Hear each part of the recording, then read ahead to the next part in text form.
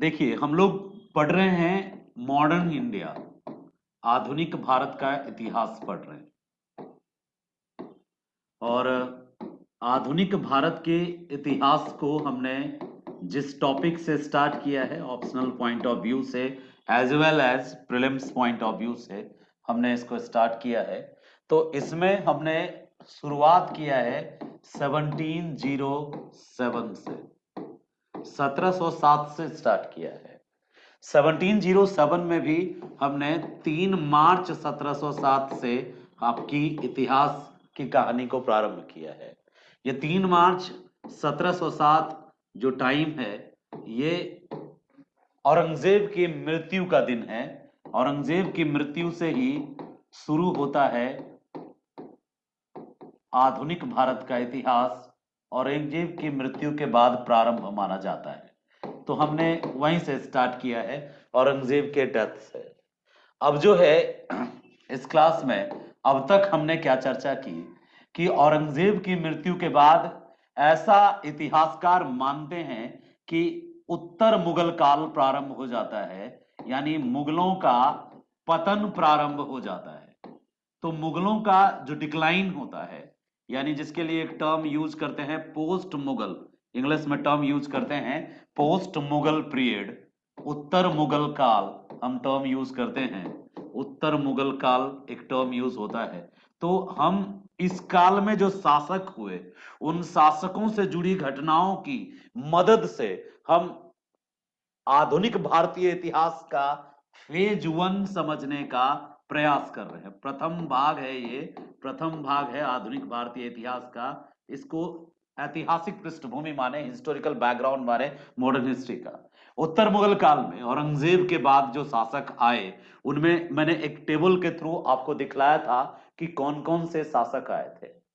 Time table की तरह बना के आपको बताया था। और उसमें से 2 शासक हमने आपको डिटेल में एक्सप्लेन किया था। नंबर 1 जो शासक था, उनका नाम था बहादुर शाह प्रथम। नाम था 1707 से 1712 तक वो रहे।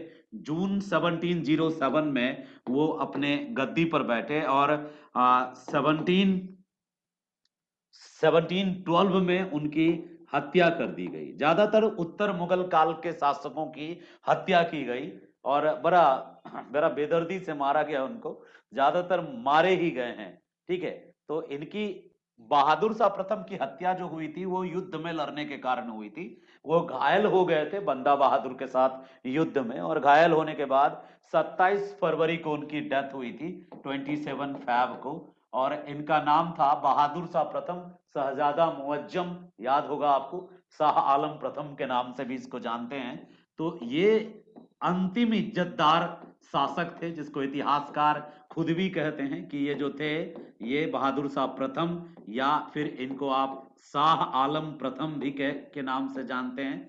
शाह आलम प्रथम, ये दोनों एक ही व्यक्ति का नाम था। इनका जो ओरिजिनल नाम था, ये तो उपाधियां थी जो उन्होंने धारण की थी। शासक बनने के बाद हर कोई नया उपाधि धारण करता है। खुद औरंगजेब का भी नाम औरंगजेब नहीं था, औरंगजेब का वास्तविक नाम कुछ और था। औरंगजेब आलमगीर तो उसने उपाधि धारण की थी, मतलब अपना उपनाम धारण किया था। उसका नाम भी मोहम्मद, मतलब जैसे इसका बेटा का नाम है ना मुअज्जम, इसी तरीके से कुछ था। अभी मेरे माइंड में नहीं आ रहा। मोहम्मद कुछ मोइंसान, कुछ मोइंसाज करके कुछ ऐसे नाम था उसका। आप में से किसी को पता है औरंगजेब का वास्तविक नाम क्या था? तो जरूर कमेंट करके बताइए, मेरा भी रिवीजन हो जाएगा। ऐसे मोहम्मद करके कुछ नाम था, ओरिजिनल नाम। बहुत कम ही लोग उस पर फोकस करते हैं, बट मैं कल नोट्स बना रहा था, उसमें लिखा था, अभी नोट्स लाया नहीं। ठीक है, उधर रखा है, चलिए बाद में देखेंगे उस पर। तो बहादुर शाह प्रथम, शाह आलम प्रथम के नाम से भी गद्दी पे बैठा जाना जाता है। बता दूंगा मैं जरूर, कल की क्लास में आते के साथ सबसे पहले वही बताऊंगा, या फिर ग्रुप में आपको फोटो खींच के नोट्स का भेज दूंगा।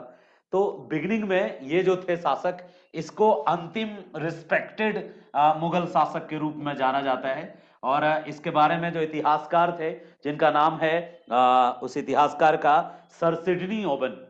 सर सिडनी ओबन वो हिस्टोरियन हैं जिन्होंने ये डायलॉग मारा था कि यह अंतिम मुगल सम्राट था जिसके बारे में कुछ अच्छे शब्द कहे जा सकते हैं, क्योंकि इसने कई सारी नीतियां बदली थी। राजपूतों के साथ मित्रता की नीति, हिंदुओं के साथ सहिष्णुता की नीति, और जो वो टैक्स था एक जो मुस्लिम गैर मुस्लिम से लिया जाता था, कौन सा टैक्स था, वो टैक्स इन्होंने ही हटाया, जजिया कर इन्होंने हटा दिया था। कई कारणों से इसको रिस्पेक्ट के साथ देखा जाता है। बट बंदा बहादुर के साथ युद्ध करने में ये घायल होते हैं, इनकी डेथ हो जाती है 27 फरवरी 1712 को। After the death of Bahadur Shah यहां से शुरू होता है पतन का काल। यहां से बेसिकली रियल में स्टार्ट होता है, क्योंकि इनके बाद कोई भी एक रिस्पेक्टेड किंग नहीं आए, कोई इंपरर रिस्पेक्टेड नहीं आए। ठीक है, इनके टाइम पे एक व्यक्ति बड़ा आमिर था और बहुत रिस्पेक्टेड आमिर था, वो था आसफ अली, जुल्फिकार खां का के पिता थे, जुल्फिकार खां के पिता थे, और उनका बहुत ज्यादा रुतबा था, रिस्पेक्ट था औरंगजेब के टाइम पे भी आसफ खान का। और उसका बेटा था जुल्फिकार खान, और जुल्फिकार खान बहुत ज्यादा प्रभावशाली थे। तो बहादुर शाह प्रथम के मृत्यु के बाद जुल्फिकार खान के देखरेख में एक शासक आया था। पिछले क्लास में डिटेल में बताया उस शासक के बारे में मैंने आपको, नाम था लंपट जहांदार शाह। तो जहांदार शाह पिछली क्लास का आपका हमारा नायक था, जिसपे बहुत ज्यादा डिटेल में बात किया था, और ये भी बताया था जहांदार शाह को लंपट मूर्ख कहा जाता है, लंपट कैरेक्टरलेस होने के कारण, और मूर्ख, इसके पास कोई अपनी बुद्धि नहीं थी, ये बस दूसरों के बहकावे में काम करने वाला व्यक्ति था। सेल्फ अपना कोई माइंडसेट नहीं था इसके पास, ये हूबहू किसके बहकावे में चलता था, ये जुल्फिकार खां ही ओरिजिनल शासक था। ये बेवकूफ, इसका अपना कोई डिसीजन नहीं था, ये पूरी तरह से जुल्फिकार खां के अकॉर्डिंग चलता था, और जुल्फिकार खां इसको बेवकूफ बना के वास्तविक शासक बन बैठा था, और भ्रष्टाचार चरम पे था। चलिए, एक प्रभास जी हैं, वो लिख रहे हैं मोही अलुद्दीन। ठीक है, बहुत बहुत धन्यवाद बताने के लिए। मोही अलुद्दीन नाम था, Mohi Aluddin Mohammad, thank you so much. चलिए नेक्स्ट पॉइंट पे आते हैं। मोही अलुद्दीन बहुत कम लोग सुने होंगे, बिकॉज औरंगजेब का ओरिजिनल नाम सब लोग औरंगजेब के नाम से ही जानते हैं, या फिर उनका उपनाम जिंदा पीर के नाम से जाना जाता था, तो ये भी लोग बहुत लोग जानते हैं। ऐसे ये जो दूसरा नाम है ना, हर एक का, अकबर का भी नाम था, वो था जलालुद्दीन मोहम्मद। ठीक है, बाबर का नाम था जहीरुद्दीन मोहम्मद। तो सबका अपना एक ओरिजिनल नाम है। मोहम्मद जहीरुद्दीन मोहम्मद बाबर का नाम था, जलालुद्दीन मोहम्मद अकबर का नाम था, सबका अलग अलग डिफरेंट डिफरेंट नाम रहा है। हुमायूं का नाम हुमायूं ही था। ठीक है, चलिए आगे चलते हैं, अगले पॉइंट पे चर्चा करते हैं। जहांदार लंपट शाह की पूरी कहानी पिछली क्लास में हमने आपको सुनाई थी, जिनका छूट गया इंतजार करिए, वीडियो में आपको मिलेगा, जल्दी ही वीडियो आपको मिल जाएगा, आज ही मिल जाता, क्षमा करेंगे आज हो नहीं पाया समय अभाव के कारण, थोड़ी व्यस्तता ज्यादा थी, और जो टेक्निकल है वो भी, उसका भी सपोर्ट कल संडे मना लिया उन्होंने बस, तो जिस पे सौंपना चाह उससे भी नहीं हो पाया, थोड़ा टाइम दीजिए। और इसके बाद हमने बताया था फर्रुख सियर के बारे में, फर्रुख सियर के बारे में बहुत डिटेल में बताया था। इसको आज मैं बताता हूं, इसको घृणित कायर क्यों कहा जाता है। फर्रुख पीटी में यही सब पूछेगा, जो जो ये इतिहासकारों के द्वारा दिया गया नाम है ना, यही पूछेगा पीटी में। इसको घृणित कायर कहा जाता है। घृणित कायर कहे जाने का कारण है कि इसको जिसने बनाया उसी के खिलाफ षड्यंत्र किया, और ये इतना ज्यादा डरपोक था, आमिरों से इतना डरता था कि बाथरूम में छिप जाता था, जनाना खाना में छिप जाता था, लेडीज रूम में जाके छिप जाता था, ताकि इसको कोई पकड़े नहीं, मारे नहीं। और लास्ट में जब इसने गंदा षड्यंत्र किया उस अली ब्रदर्स के खिलाफ, जिसने इसको बनाया था, मुगल बादशाह बनाया, उस अली ब्रदर्स ने, सैयद अली नाम था एक का, सैयद बंधु बोलते हैं, अली ब्रदर्स नहीं, सैयद ब्रदर्स, माफ करना, एक का नाम सैयद अली खान था, और दूसरे का नाम, एक सैयद अली हो गए और दूसरा हो गया अब्दुल्ला खां, अब्दुल्ला खां और हुसैन अली खां, दोनों सैयद ब्रदर्स थे, सैयद ब्रदर्स। इन दोनों, ये हिंदुस्तानी गुट के आमिर थे, एक तुरानी गुट का आमिर था और एक अफगानी गुट थे। तो हिंदुस्तानी गुट, तुरानी गुट और ईरानी गुट, बोलिए ईरानी, तुरानी और हिंदुस्तानी, तीन गुट थे आमिरों के, आमिर यानी दरबारी। और दरबारियों में सबसे प्रभावशाली गुट जो था हिंदुस्तानी गुट था। और सैयद अली ब्रदर्स जो थे, ठीक है, वही सैयद अली बंधु मत बोलिएगा, हमेशा सैयद बंधु बोलिएगा, क्योंकि अली बंधु बोलने से क्या हो जाता है, एक कंफ्यूजन जनरेट हो जाता है। वो अली ब्रदर्स एक और थे महाराष्ट्र के, जो आधुनिक भारत के इतिहास में उनका भी अलग रोल है अली ब्रदर्स का। वो खिलाफत मूवमेंट के टाइम पे थे। इनको सैयद ब्रदर्स बोलेंगे आप, सैयद बंधु। मुगलों में इसको किंग मेकर के नाम से, उत्तर मुगल काल में किंग मेकर के नाम से सैयद ब्रदर्स को जाना जाता है। ये सैयद ब्रदर्स यूपी के थे और अली ब्रदर्स महाराष्ट्र के थे। तो यूपी के थे सैयद ब्रदर्स, सैयद बंधु।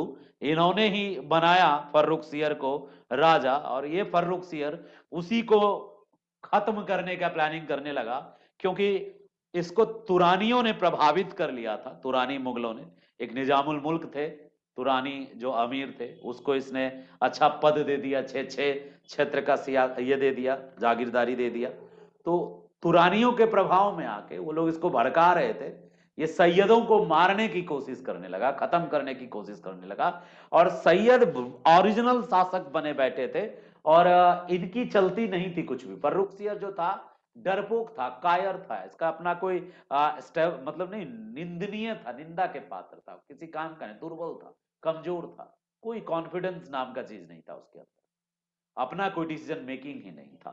तो इसलिए फर्रुखसियर को कहते हैं घृणित, निंदित। कायर क्यों कहते हैं? तो षड्यंत्र करता था और पकड़ा जाता था तो बाथरूम में छुप जाता था, जनाना खाना में जाके छुप जाता था। अरे भाई, तुम मुगल शासक हो तो तुम में दम होना चाहिए, तो दम ही नहीं था इस बेवकूफ में। ऊपर से सनकता बहुत था ये, इसने अली ब्रदर्स के लिए षड्यंत्र किया, पकड़ा गया। अली ब्रदर्स ने क्या किया, 2-3 लोगों से दोस्ती करी, एक मराठों से दोस्ती की, उसकी सेना ले ली, और कुछ मुगल की सेना भी इसके साथ थी, और फिर एक अजीत अजीत नाम का अजीत सिंह थे, उनसे भी दोस्ती कर ली। पहले अजीत सिंह को इसी फर्रुखसियर के लिए अजीत सिंह को हराया था सैयद बंधुओं ने, और जब देखा कि ये फर्रुखसियर ही इसके लिए षड्यंत्र कर रहा है, तो मराठा को ये कह के कि हम रियासत दिलवाएंगे तुमको इसके बाद के मुगल शासक से, मराठा ने अपनी सेना दे दी, चलो ठीक है, घेरो जाके दिल्ली। और दूसरी तरफ जो गुजरात क्षेत्र का पहले जागीरदारी दिया था जिसको बहादुर शाह ने, अजीत सिंह को, उससे भी दोस्ती की। उन दोनों से दोस्ती करके फर्रुखसियर को निपटा दिया। अजीत सिंह, मारवाड़ के अजीत सिंह, और मराठा की मदद से सैयद बंधुओं ने सरेंडर करवाया फर्रुखसियर को, और फर्रुखसियर को लात और घूसों से पीट पीट के, मार मार के मर्डर ही कर दिया, हत्या कर दिया, उसको सिंहासन से हटा दिया। अब सैयद बंधु खुद नहीं बैठ सकते थे मुगल की गद्दी पे, क्यों? कोई मुगल वंश का ही बच्चा बैठ सकता था, नहीं तो ये तुरानी, ईरानी, बाकी आमिर सबके सब षड्यंत्र करते, विरोध करते, जनता बगावत करती। तो क्या करता सैयद बंधु ने, क्या किया, जो दूसरा इसका चचेरा भाई था, कजन ब्रदर्स था, यानी जो पहले जो बहादुर शाह थे, जिसको आप शाह आलम प्रथम करते हैं, तो उनके उनके वंश के जो दूसरे बच्चे थे, शाहजहां द्वितीय का जो पुत्र था, पहले शाहजहां प्रथम का पुत्र को ही, शाहजहां प्रथम का एक पुत्र था, वो चरस गांजा में डूबा रहता था, और उसको बनाया, गद्दी पे बिठाया, ज्यादा नशा करने के कारण वो मर गया। उसका नाम क्या था, जिसको बिठाया उसका नाम था रफीउद्दौला। रफीउद्दौला ये फर्रुखसियर के टाइम, मतलब उसका भाई था, जो पहले जो मरे थे ना, वो लंपट, क्या नाम था, लंपट जहांदार, उसका चचेरा भाई समझिए, कजन था, दूसरी माँ से जन्मा बच्चा था, बहादुर शाह का बेटा था, बहादुर शाह प्रथम का बेटा, इसका बेटा था, जो फर्स्ट बताए थे। तो उसको, रफीउद्दौला को बिठाया। रफीउद्दौला नशेड़ी था, नशा के कारण मर गया जल्दी ही। उसके बाद फिर एक और कजन को बिठाया, उसका रफीउद्दरजात को, ठीक है, रफीउद्दरजात को, ये भी वैसा ही निकला, और इसकी भी मौत हो गई। ये दोनों अपनी ही मौत मर लिया इस बीमारियों के कारण, कमजोर के कारण, और मानसिक रूप से विक्षिप्त थे ये, इनकी क्षमता नहीं थी कि शासन चलाए। और ऐसा ही व्यक्ति ढूंढ रहा था सैयद ब्रदर्स। सैयद ब्रदर्स चाहते थे कि कोई ऐसा आ जाए जो सिर्फ नाम का मुगल का खानदान का हो, बाकी शासन हम चलाएं, लेकिन नहीं मिला कोई। तो मजबूरी में फिर रोशन अख्तर को बिठाया। ये कौन थे? जो शाहजहां प्रथम थे ना, यानी शाहजहां प्रथम, ये शाहजहां प्रथम इसका बेटा था, ये जहादार शाह का बेटा शाहजहां प्रथम था, उसका जो बेटा था, शाहजहां प्रथम का बेटा, उसका दूसरा बेटा था रोशन अख्तर, उसको गद्दी पे बैठाया। और रोशन अख्तर जो था वो भी कोई योग्य शासक नहीं निकला उतना, लेकिन हाँ रोशन अख्तर कुछ समय तक संभाल पाया शासन को। तो आज की क्लास की शुरुआत इसी से हो रही है, रोशन अख्तर से हो रही है, ठीक है। तीसरे शासक हैं अब तक उत्तर मुगल काल में, चौथे शासक हैं, एक बहादुर शाह अंतिम रिस्पेक्टेड, दूसरा जहांदार शाह लंपट मूर्ख, तीसरा ठीक है फर्रुखसियर घृणित कायर। हत्या जिसकी जिसकी हो गई उस पे हम रेड टिक लगाते हैं, इसकी हत्या कर दी गई जहांदार शाह की, इसकी भी हत्या कर दी गई। इसके बाद एक आए जो खुद मरे और एक और आए वो भी खुद मरे, रफीउद्दौला और रफीउद्दरजात, ये दोनों बीमारी से मर गए, नशा से, ज्यादा नशा से। चौथे जो आए ये योग्य शासक थे, इसका नाम था रोशन अख्तर। रोशन अख्तर इनका ओरिजिनल नाम था, ठीक है, रोशन अख्तर इनका ओरिजिनल नाम था। और ये मोहम्मद शाह के नाम से गद्दी पर बैठे, ये भी बहुत फेमस है, आप इनके बारे में भी सुनेंगे। रोशन अख्तर जो हैं मोहम्मद शाह के नाम से गद्दी पर बैठे। और कब से कब तक ये गद्दी पर रहे मोहम्मद शाह? रोशन अख्तर गद्दी पे रहे 1719 से 1748, यानी एक लंबा समय, अब थोड़ा टिकाऊपन दिख रहा होगा। 1719 टू 1748 तक ये गद्दी पर बैठे। नाम रहा रोशन अख्तर उर्फ मोहम्मद शाह, यानी मोहम्मद शाह की उपाधि थी इसकी, ओरिजिनल नाम क्या था? रोशन अख्तर। किसके पुत्र थे? शाहजहां द्वितीय के पुत्र थे, शाहजहां द्वितीय के पुत्र थे रोशन अख्तर। ये शाहजहां वो वाला नहीं है, ये दूसरे शाहजहां हैं, ठीक है। शाहजहां द्वितीय के पुत्र थे रोशन अख्तर। और बनाया किसने इसको? यदि आपसे ये क्वेश्चन पूछे कि सैयद बंधुओं ने कुल कितने मुगल युवराजों को मुगल की गद्दी पे बिठाया, तो पहला व्यक्ति कौन था जिसको सैयद बंधु ने बिठाया? फर्रुखसियर। दूसरा कौन? रफीउद्दौला। तीसरा कौन? रफीउद्दरजात। और चौथा कौन? मोहम्मद शाह, ठीक है। मोहम्मद शाह जो हैं इनको, यानी कुल मिला के 1 2 3 4 चार शासक को गद्दी पे बिठाया, इसीलिए इसको किंग मेकर कहते हैं। चारों को गद्दी दिलाने वाला यही व्यक्ति हैं, सैयद ब्रदर्स, याद रखना। तो रोशन अख्तर 1719 में सितंबर में मोहम्मद शाह के नाम से गद्दी पर बैठा, और नवंबर में मंथ में बैठा। ये गद्दी पर बैठने के बाद इसके सामने जो सबसे बड़ी समस्या थी, आमीरों का जो वर्चस्व था पूरे दरबार पर था, और आमीर बटे थे 3 गुट में, तुरानी गुट, ईरानी गुट, हिंदुस्तानी गुट।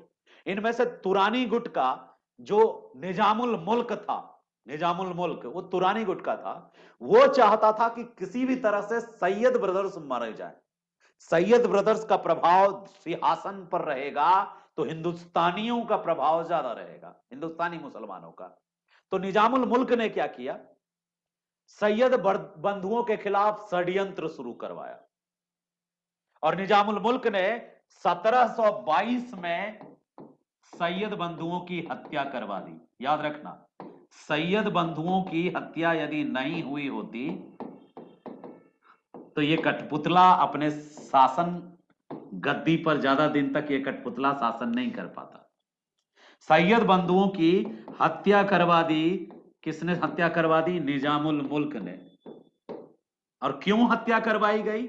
आप सबको पता है, जो आदमी कुछ ज्यादा, जैसे आजकल मुखिया का चुनाव हो रहा है, तो जो मुखिया में निर्विरोध जीत जा रहे हैं उसको निपटा दिया जा रहा है, वही वाली बात है। गद्दी के चक्कर में मारे गए। सैयद बंधुओं की हत्या किसने करवाई?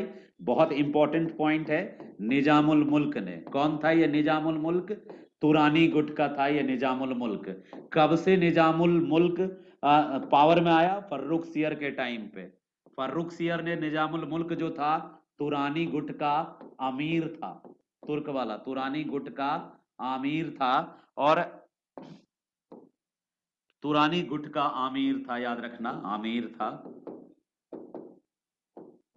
तुरानी गुट का आमीर था। अब ना जब तुम पतन समझने की कोशिश करोगे तो तुम्हारे दिमाग में ऑटोमेटिकली एक कॉन्सेप्ट कौंधेगा कि भाई कुछ हद तक तो पतन के लिए ये आमीर ही जिम्मेवार थे, ठीक है। ये जो आमीर थे, आमीरों के जो 3 गुट थे इन दरबारियों के, तुरानी, ईरानी और हिंदुस्तानी। उत्तर मुगल काल, इन गुटों के हाथों की कठपुतली थे उत्तर मुगल काल के शासक, तुरानी, ईरानी और हिंदुस्तानी। एक और बात तुम्हारे दिमाग में आएगी और रहनी चाहिए कि औरंगजेब के पहले तक इन आमीरों की उतनी चलती नहीं थी। औरंगजेब के पहले तक के जो ये आमीर थे ये नियंत्रित थे, इन पर नकेल कसी हुई थी। अकबर के टाइम पे तो कई बार अकबर ने इन आमीरों को बहुत, मतलब क्या बोला जाए, शोध के रखते थे, इनको कोई अधिकार नहीं देते थे कुछ ज्यादा बकबक करने का। अकबर ने एक नवरत्न बना रखा था, उसकी बातें मानते थे और आमीर एक किनारे में जलते रहते थे। तीनों ही गुट के आमीरों की हालत खराब थी अकबर के समय में। इन आमीर में बहुत सारे मौलवी थे, मुल्ला थे, काजी थे, बहुत बड़े बड़े मुस्लिम, और जो बाबर के समय से, बाप दादा के समय से जो शासन, मतलब इसको सहयोग करते आ रहे थे, उस वंश के थे।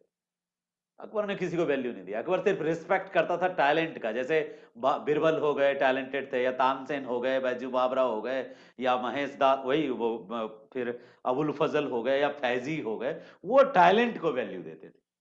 औरंगजेब तो इनकी सुनते ही नहीं थे। बस कुछ उलेमा थे, उन उलेमाओं को मानते थे, वो भी रिलीजियस एडवाइस ज्यादा फॉलो करते थे, लेकिन हाँ, ज्यादा किसी का कठपुतली बन के नहीं नाचते थे।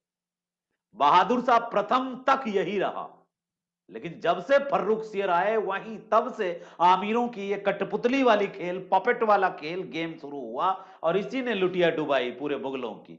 ठीक है, ये तुरानी, ईरानी और हिंदुस्तानी का खेल चल रहा है। देखो पहले जो था, पहले ताकतवर था तुरानी, ठीक है, तुरानी ताकतवर था, और जब फर्रुख सियर आया तो ताकतवर हो गया हिंदुस्तानी। हिंदुस्तानी आमीर में सैयद बंधु थे, उसकी हत्या करवा दी गई। सैयद बंधुओं को 1722 में मार डाला गया, यानी 3 साल तक सैयद बंधु बेझिझक इसके नाम पे राज करते रहे, और फिर षड्यंत्र से मरवा। अब किसका बोलबाला होगा? निजामुल मुल्क का। अब निजामुल मुल्क जब ताकत में आया, तो निजामुल मुल्क ने क्या किया? सबसे पहले मोहम्मद शाह ने, निजामुल मुल्क का एक और नाम है, दूसरा नाम है, जिसको कहते हैं चिनक्लिच खां। चिनक्लिच खां का ही दूसरा नाम क्या है?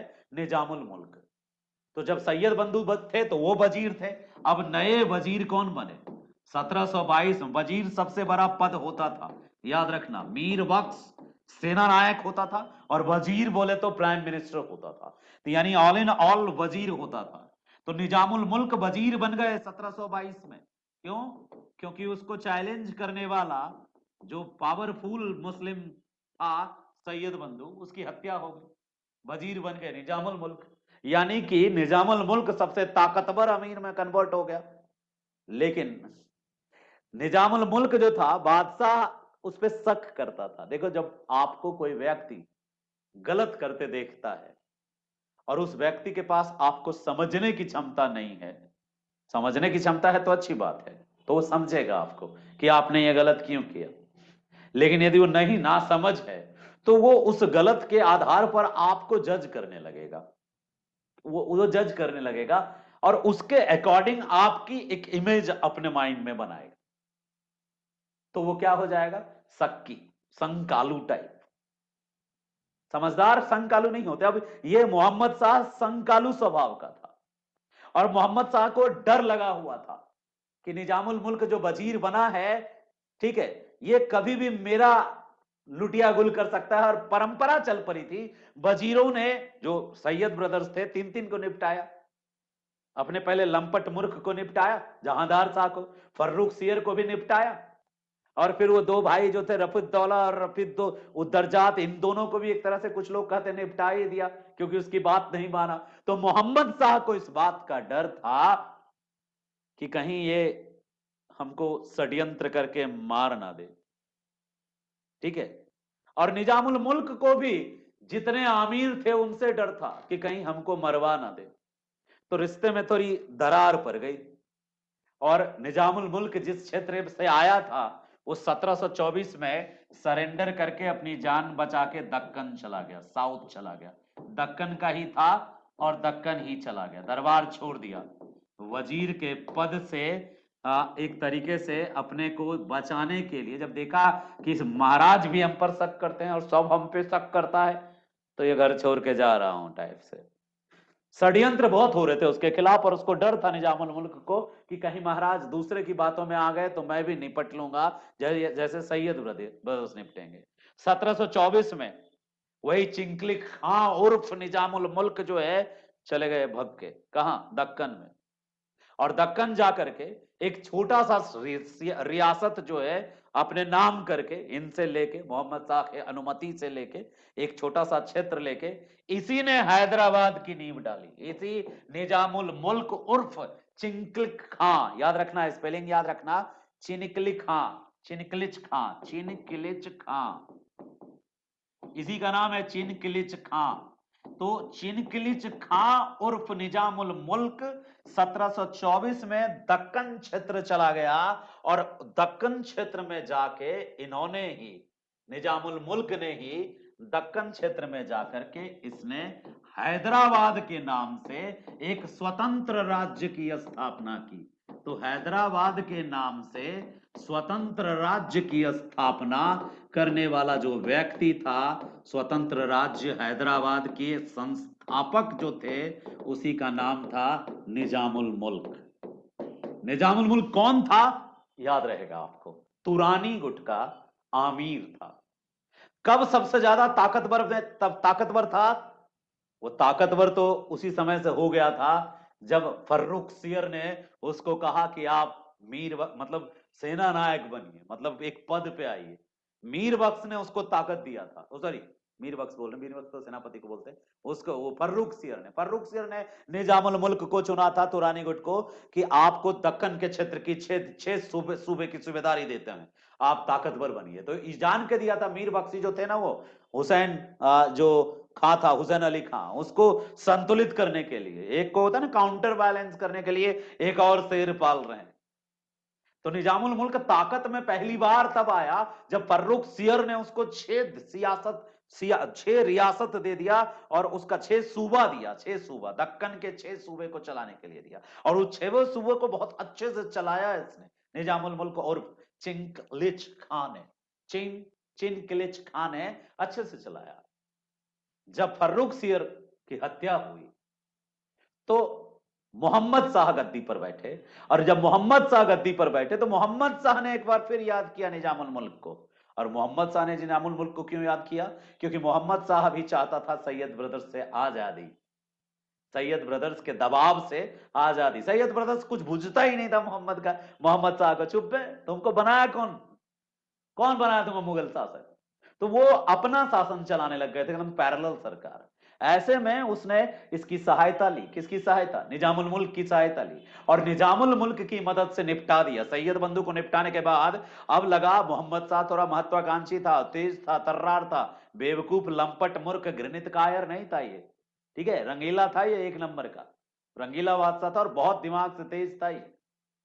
तो मोहम्मद शाह ने निजामुल मुल्क को फिर, जब अब यही एक बचा तो इस पे शक करने लगा, निजामुल मुल्क बोला महाराज हमको ज्यादा लालच नहीं है, हम चले फिर से उधर ही जाते हैं, जो सूबा मिला है मुझे वो सूबा चलाएंगे।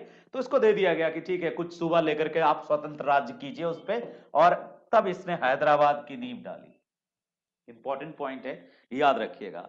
हैदराबाद की स्थापना हो गई, मोहम्मद शाह ने उसकी स्वतंत्रता को मान्यता भी दे दिया, और मान्यता दे करके इसको एक उपाधि भी दे दिया। और ये जो उपाधि दी, क्यों दिया, मोहम्मद शाह भी चाहता था कि अब ज्यादा हमको अंकुश नहीं चाहिए, मैं अपने दम पे राज करना चाहता हूं, कि मैं ही निर्णय लूं, ज्यादा कोई ये ना सोचे कि हम वजीरों के मदद से सरकार चला रहे हैं।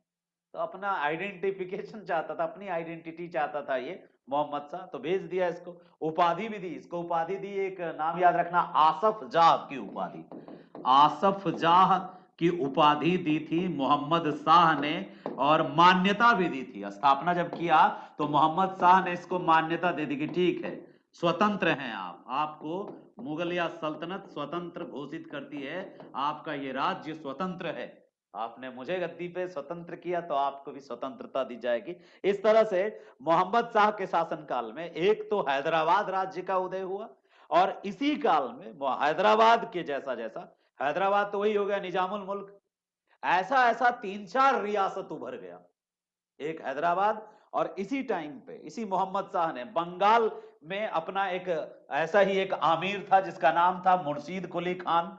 मुर्शीद कुली खान के नेतृत्व में एक और स्वतंत्र राज्य की स्थापना की, जो सिर्फ मुगल के रिस्पेक्ट करेगा और बदले में मुगल का रिस्पेक्ट करेगा वो, और मुगल का मान्यता के साथ एक तो हैदराबाद बना, दूसरा बंगाल बना। बंगाल भी मोहम्मद शाह के टाइम पर ही एक स्वतंत्र राज्य बना। ठीक है, बंगाल एक स्वतंत्र राज्य कब बना? स्वतंत्र राज्य बना, मुगल से अलग राज्य बना बंगाल। और इसको जैसे ये निजामुल मुल्क के देखरेख में बना, तो ये मुर्शीद कुली खां के देखरेख में बना, मुर्शीद कुली खां के देखरेख में बना। इस पॉइंट को याद रखिएगा। बंगाल में मुर्शीद कुली खां, अवध में सदात खां और हैदराबाद में निजामुल मुल्क। ये दो तीन, भरतपुर मथुरा में बदन सिंह। इसी तरह से गंगा यमुना दोआब में रोहेल एक कम्युनिटी थी। कई सारे स्वतंत्र सत्ता।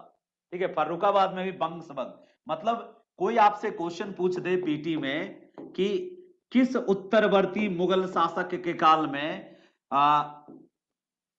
स्वतंत्र राज्यों का उदय होना प्रारंभ हुआ, जैसे बंगाल, जैसे अवध, जैसे हैदराबाद, जैसे रोहेलखंड, ये जो मथुरा, ये छोटे छोटे जो मुगलों के अधीन क्षेत्र में ही स्वतंत्र राज्यों का जो उदय हुआ, अलग हो के मान्यता के साथ, ये मोहम्मद शाह की देन थी। यानी कि स्वतंत्र सत्ता की स्थापना शुरू हो गई, यानी मुगल साम्राज्य टूटना प्रारंभ हो गया। तो मुगल साम्राज्य का स्वेच्छा से विघटन कहो तुम, क्यों? मान्यता खुद मोहम्मद शाह ही देते जा रहा था, इससे संभल नहीं रहा था, तो यह अपनी मित्रवत संबंध रखते हुए स्वतंत्रता दे रहा था, अपने लोगों को अपना ही छोटा छोटा क्षेत्र दे करके आजाद कर रहा था। जैसे मुर्शीद कुली खां है, या निजामुल मुल्क है, या फिर बदन सिंह है, ये इनके ही आदमी थे। इनकी स्वेच्छा से अलग साम्राज्य, स्वतंत्र राज्य, स्वतंत्र सत्ता स्थापित किया। अब क्या हुआ? 1737 में बाजीराव प्रथम के नेतृत्व में मराठा जो सेना थी, इसने दिल्ली पर अटैक किया। बाजीराव जब दिल्ली के समीप पहुंच गए, तो मोहम्मद शाह जो थे बेचारे सरेंडर के मूड में आ गए। लेकिन संजोग से मराठा लौट गए किसी अन्य कारण से, मैं बताऊंगा मराठा सैनिक दिल्ली के सीमा तक पहुंच करके लौट क्यों गए, दिल्ली पर कब्जा क्यों नहीं किया। ऐसा कुछ समीकरण बना कि 1737 में मराठे दिल्ली के दरवाजे पर दस्तक देके लौट आए, पीछे लौट आए, लौटना पड़ा। वो जो बाजीराव मस्तानी मूवी है, उसमें दिखाया है इस घटना को, कि उसको, वो जो बाजीराव बहुत ताकतवर थे, योद्धा थे, वो यदि जीवित रहते तो वो जरूर दिल्ली जीत लेते, लेकिन उनकी मानसिक संतुलन बिगड़ गई। पता नहीं क्यों, मोहब्बत पार्ट 2 क्या हो गया था उनको, जिसके कारण वो मानसिक संतुलन बिगड़ गए, वो उनको कोई बीमारी हो गई, जिसके कारण वो उन्होंने प्राण त्याग दिया, जल समाधि ले लिया। ऐसा फिल्म में दिखाया है, लेकिन रियलिटी में माना जाता है कि बीमारी से मरे हो। ठीक है, जब वो मर गए बाजीराव प्रथम, तो शायद उसके कारण लौटना पड़ा सेना को, नहीं तो दिल्ली जीतने वाले थे वो। ठीक है, याद रखिएगा, मोहम्मद शाह 1720 में जजिया कर को अंतिम रूप से प्रतिबंधित किया, पूर्ण रूपेण। यदि कोई पूछे कि जजिया कर को पूर्ण रूपेण प्रतिबंधित किसने किया, आंशिक प्रतिबंध तो बहादुर शाह प्रथम ने ही लगाया था, लेकिन जजिया कर को पूर्ण रूपेण प्रतिबंधित करने वाला शासक, पूर्ण रूपेण प्रतिबंधित करने वाला शासक मोहम्मद शाह थे। ठीक है, प्रतिबंधित करने वाला शासक मोहम्मद शाह थे, याद रखना। तो मोहम्मद शाह के शासनकाल में कई बेहतरीन कार्य हुए जो आपको जानना है। एक तो जजिया कर को पूर्णतः प्रतिबंधित किया, दूसरा मराठे दिल्ली तक पहुंच गए थे लेकिन लौट गए, कुछ उनका अंदरूनी मामला था। तीसरा बंगाल हो गया, मथुरा हो गया, रोहेलखंड हो गया, और यदि हम देखें तो हैदराबाद हो गया। कई सारे नए राज्यों का, स्वतंत्र राज्यों का उदय हुआ। तो ये थे मोहम्मद शाह अपने। इसके बाद हम अब अगले शासक में आते हैं। मोहम्मद शाह के डेथ के बाद, यानी 1739 में ही एक और घटना, इंपॉर्टेंट घटना घटी थी मोहम्मद शाह के शासनकाल में। नादिर शाह का अटैक हुआ था, ये बहुत इंपॉर्टेंट है, तो उसकी चर्चा भी कर लेते हैं। और ये सारी चर्चाएं दो कारण से कर रहा हूं, एक तुम्हारी समझ बने कि पतन क्यों हुआ, तो तुम बेझिझक बहुत सारे फैक्ट के साथ एक अच्छा नोट्स लिख पाओगे, पतन क्यों हुआ, पतन का पूरा सीन समझ में आ जाए। 1739 में मोहम्मद शाह के शासनकाल में एक और बड़ी घटना हुई, नादिर शाह का आक्रमण हुआ। कौन थे नादिर शाह, कहां आक्रमण किया, क्यों आक्रमण किया और क्या उसका प्रभाव रहा, क्या मुगल शासन पर प्रभाव पड़ा, इसको भी समझना जरूरी है। नादिर शाह के आक्रमण में क्या हो गया ना, एक बात साबित हो गया कि अब मुगल उतने ताकतवर नहीं रहे। ये बात नादिर शाह के आक्रमण ने साबित कर दिया और इससे क्षेत्रीय राजाओं को हिम्मत मिला कि हम भी बगावत कर सकते हैं, हम भी अपना साम्राज्य बड़ा कर सकते हैं, स्वतंत्र घोषित कर सकते हैं अपने को। क्या क्वेश्चन है राजेश जी? जी बताइए ना। गिरधारी गैलेक्सी A21 कुछ क्वेश्चन है आपका? अच्छा, आमीरों को इंग्लिश में क्या कहते हैं, आशीष राजा पूछ रहे हैं। मिनिस्टर्स कर सकते हैं आप, मिनिस्टर्स। फ्यूडल्स कर सकते हैं, सामंत जैसे होता है वैसे ही फ्यूडल्स, या कोर्टियर्स कर सकते हैं। कोर्टियर्स माना दरबारी, कोर्टियर्स कर सकते हैं कि कोर्टियर्स जो थे, दरबारी जो थे, they were divided into 3 groups, Irani, Turani and Hindustani group. ठीक है, कोर्टियर्स थे, दरबारी। आमिर टर्म जो है ना, जैसे फ्यूडल होते हैं, सामंत होते हैं, उसी तरीके का शब्द है आमिर। ठीक है, और कोई क्वेश्चन किसी का? एक भाई ने हैंड रेज किया है तो आप अपना माइक ऑन करके पूछ सकते हैं। ठीक है, बाकी मैं मैसेज पे ध्यान देते रहता हूं कि आपका क्या मैसेज आया है। प्रभास कुमार, हाँ पूछिए। किन्हीं का भी कोई क्वेश्चन बनता हो तो आप बेझिझक हैंड रेज करके पूछ सकते हैं। डिस्कशन हम चाहते हैं कि आपसे करें। जी सर पूछिए। जरा सा वॉल्यूम वॉल्यूम बढ़ाइएगा, आवाज बहुत धीरे आ रही है। मैं अपने तरफ से तो फुल कर रही हूँ, बट वो आ नहीं पा रहा फुल। लगता है वहीं से सेटिंग में कुछ प्रॉब्लम है क्या? और किसी भाई के साथ प्रॉब्लम है ऐसा क्या? एक कोई व्यक्ति बताइए। रवि रंजन जी, आपको भी साउंड की प्रॉब्लम हो रही है? जरा सा सर, जरा सा वॉइस बिल्कुल क्लियर है, बस वॉल्यूम को थोड़ा सा हाई करना है। आप अपनी तरफ से मैं थोड़ा सा वॉल्यूम अगर बढ़ा सकते हैं तो। बेटा मैं क्या बताऊं आपको, मेरे पास जो वॉल्यूम है वो 100% बढ़ा के ही मैं बात कर रहा हूँ। अब दूसरा कोई इसमें सोर्स नहीं है। बाकी भाई बहन भी कह रहे हैं कि कहीं प्रॉब्लम नहीं है, तो कभी कभी हाँ, ऐसा प्रॉब्लम होता है। कुछ नहीं है सर। बिल्कुल भी आवाज बहुत क्लियर है, बस ये मे बी ईयरफोन की वजह से कुछ हो। हाँ बेटा, ये बिल्कुल मेरा बिल्कुल। जुगाड़ टेक्नोलॉजी वाला मैं अपनी ईयरफोन है तरफ से। सर। अच्छा, प्रवीण भी कह रही कि उसको लग रहा है कि वॉल्यूम थोड़ा सा। चलिए कोई बात नहीं, हेडफोन यूज कर सकते हैं, मे बी पॉसिबल। मैंने यहाँ से तो अपना 100% साउंड किया हुआ है। ठीक है, इससे ज्यादा साउंड और नहीं हो सकता है। चलिए ठीक है, मैं कोशिश करूंगा कि कल चेक करूंगा कि आपको और लगता है साउंड की कहीं कोई प्रॉब्लम है। यहाँ से तो मेरे अनुसार से 100% साउंड है। ठीक है, और ऐसे मेरी आवाज तो ऐसे ही बहुत ज्यादा हैवी है, मैं तो खुद परेशान रहता हूँ कि बच्चा यदि हेडफोन जी लगा सर, कर। एकदम क्लियर है। कोई भी वर्ड प्रोनाउंसिएशन में कहीं कोई प्रॉब्लम नहीं है, बहुत क्लियर है। बस यही है, वॉल्यूम थोड़ा सा वो जो है वो धीरे आवाज आती है, तो उसकी चलिए वजह से कंटिन्यू करते हैं, कभी ठीक है कभी। ठीक है। चलिए जी चलिए जी, कंटिन्यू ठीक है करते सर। हैं। एक बच्चा पूछ रहा है, नादिर साहब वही सर जो ले गया कोहिनूर? बिल्कुल।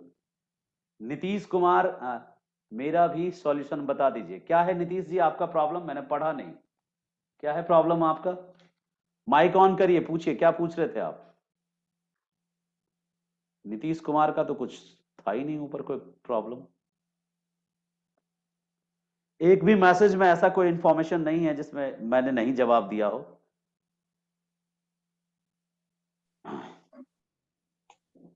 माइक ऑन कीजिए नीतीश जी। सर वीडियो बार बार रीस्टार्ट हो जाता है। चलिए आप ऐसा कर सकते हैं, रिकनेक्ट कीजिए। वीडियो बार बार रीस्टार्ट, ये जितने भी प्रॉब्लम्स है ना, आई थिंक टेक्निकल प्रॉब्लम आपके साइड से ही है, जिनके साथ भी है।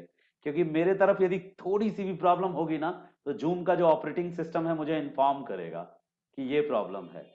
चलिए मैं कोशिश करूंगा, अपने तरफ से भी चेक करूंगा। चलिए अब पढ़ा लेने दीजिए ताकि हम बता सके कौन था नादिर शाह, कब आया था वो, और क्यों आया था वो, ये मैं बता दूं।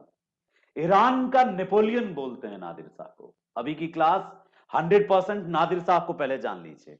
अभी हम कुछ देर के लिए भूल जाते हैं कि हम मुगल पढ़ रहे थे, सोच लेते हैं कि हम नादिर को ही पढ़ रहे हैं। नादिर शाह का एक निकनेम भी है, ईरान का नेपोलियन बोलते हैं इसको। ईरान का नेपोलियन बोलते हैं। यानी एक बात तो क्लियर हो गया कि बंदा ईरानी था। ईरान का नेपोलियन बोलते हैं किसको? नादिर शाह को। ठीक है, नादिर शाह को बोलते हैं ईरान का नेपोलियन। और जिस समय उसने आक्रमण किया भारत पर, तो जो मोहम्मद शाह थे ने, मोहम्मद शाह ने उसके आक्रमण को रोकने के लिए भी उसी के जात बिरादरी को भेजा। आपको पता है ना कि निजामुल मुल्क जो था, निजामुल मुल्क, निजामुल मुल्क जो था वो भी क्या था? निजामुल मुल्क ये भी ईरानी था, ईरानी था। और नादिर शाह भी क्या हो गए? ईरानी।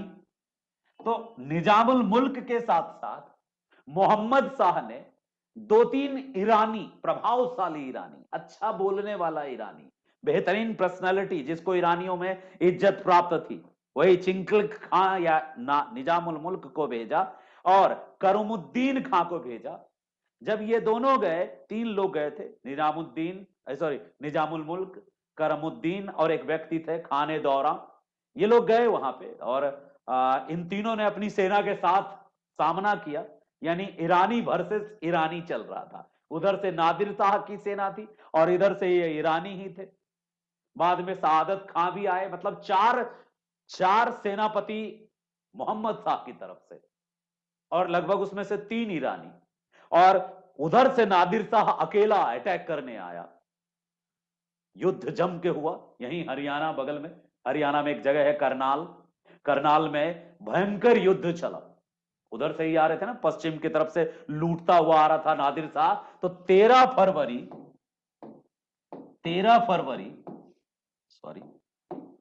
1739 को करनाल में युद्ध हुआ।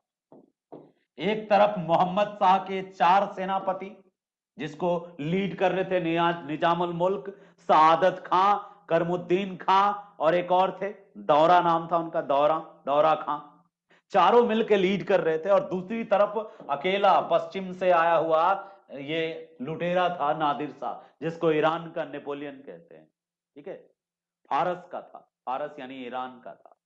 तो फारस के नादिर शाह ने जब अटैक किया, करनाल में युद्ध हुआ, मुगल सेना बुरी तरह से हार गए ये। और मुगल फौज जब बुरी तरह से हार गई, कुछ लोगों ने इल्जाम लगाया कि ईरानियों ने जानबूझ के सरेंडर कर दिया, लेकिन ऐसी बात नहीं थी। बुरी तरह से पराजित हो गया मुगल सेना, हार गई। अब इससे क्या हुआ? हारना, ये जो हारी, इससे बेइज्जती किसका हुआ? मुगल सम्राट का हुआ। एक साधारण सा लुटेरा आया।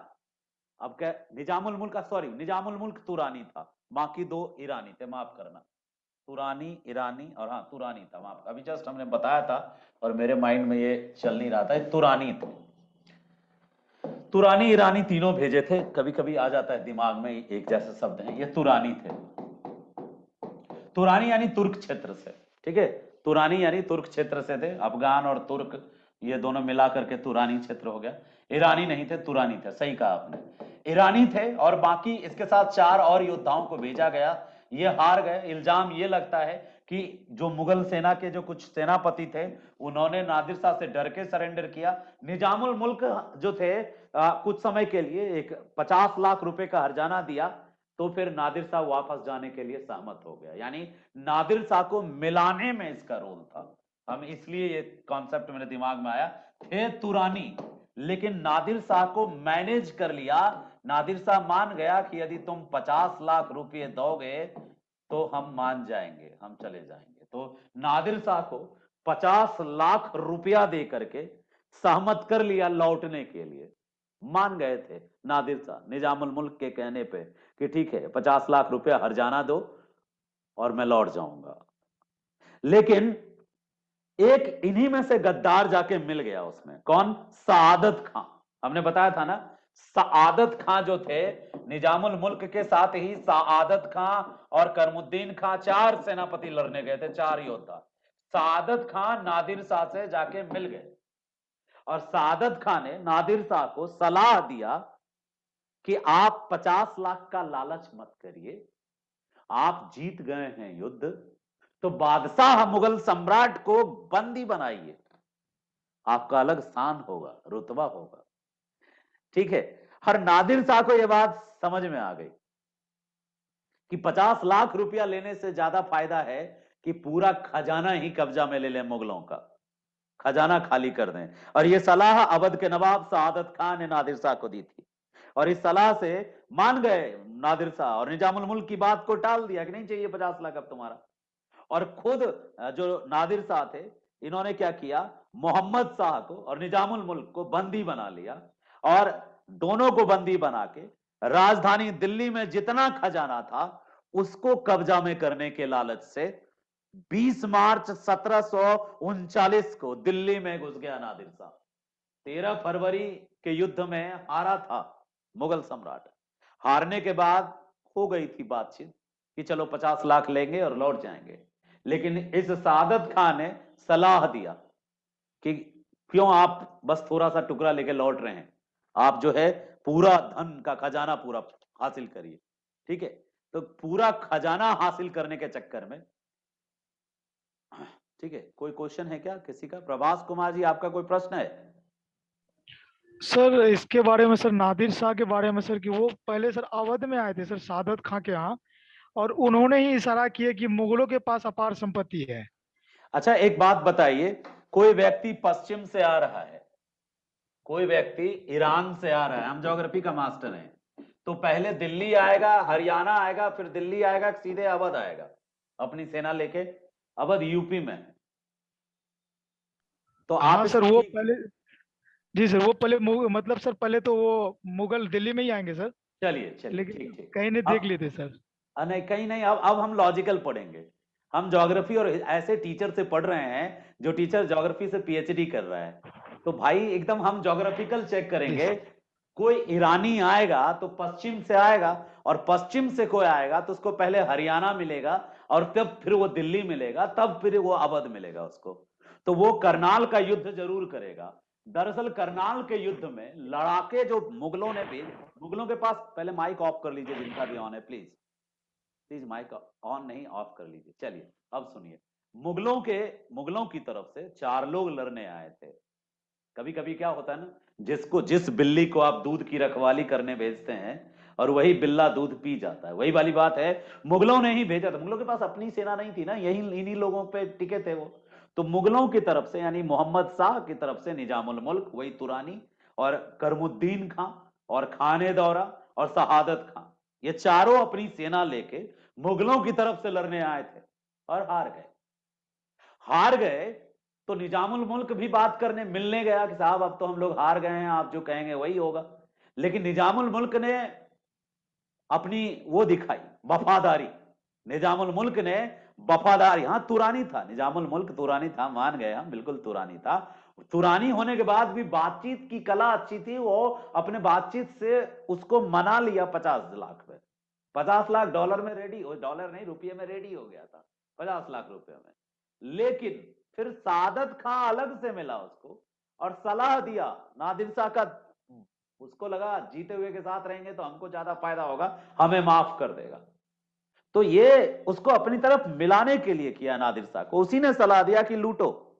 उसके कहने पे वो दिल्ली प्रवेश किया। आपको कभी क्वेश्चन पूछ सकता है किसी कंपटीशन एग्जाम में कि नादिर शाह किसके सलाह पर दिल्ली लूटा, या नादिर शाह ने किसकी सलाह पर दिल्ली में प्रवेश किया? तो ये यही था अवध का नवाब, अवध का जो था, अवध का नवाब सआदत खां, इसी ने एडवाइस दिया था कि लूटो।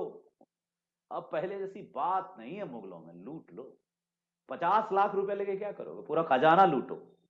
तो 20 मार्च 1739 को दिल्ली में प्रवेश करते हैं नादिर शाह, और अपने चंद सैनिकों के मृत्यु के बदले दिल्ली में भयंकर कत्लेआम मचाता है नादिर शाह, खौफ पैदा करने के लिए।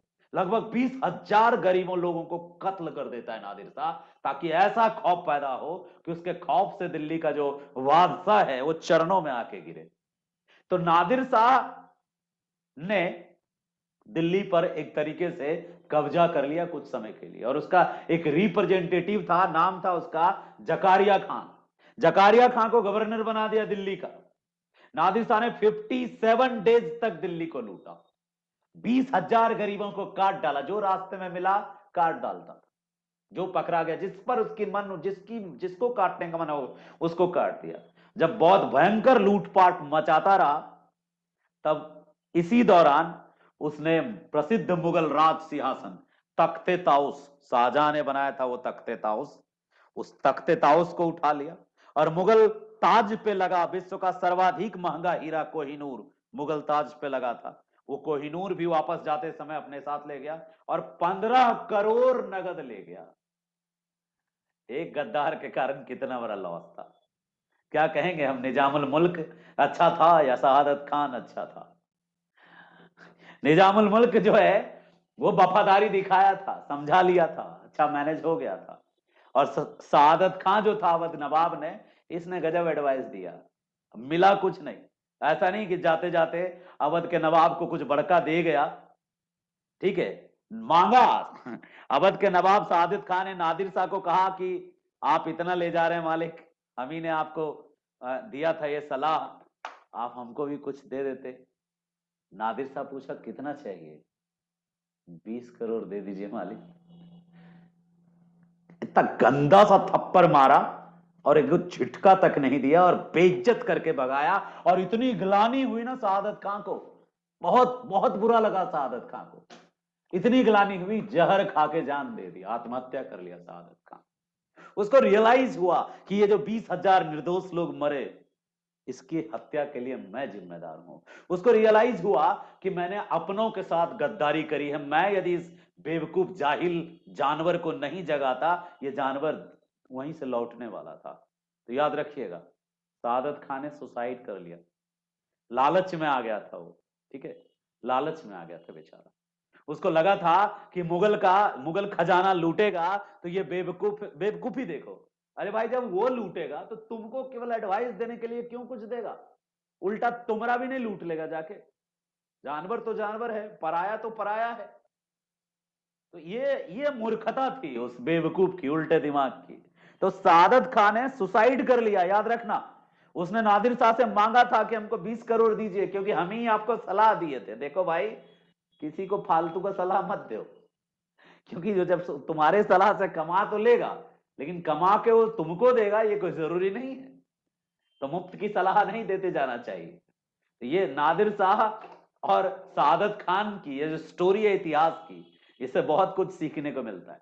50 लाख लेके लौट रहा था उस समय निजामुल मुल्क, जब जब उसको थप्पड़ मारा होगा नादिर शाह और 1 रुपया नहीं दिया होगा भरे दरबार में, कैसा फील हुआ होगा। और वही फील जो था बेइज्जती का, उसने जहर खा के जान दे दी शहादत खान। बहुत बेहतरीन स्टोरी है, याद रखिएगा।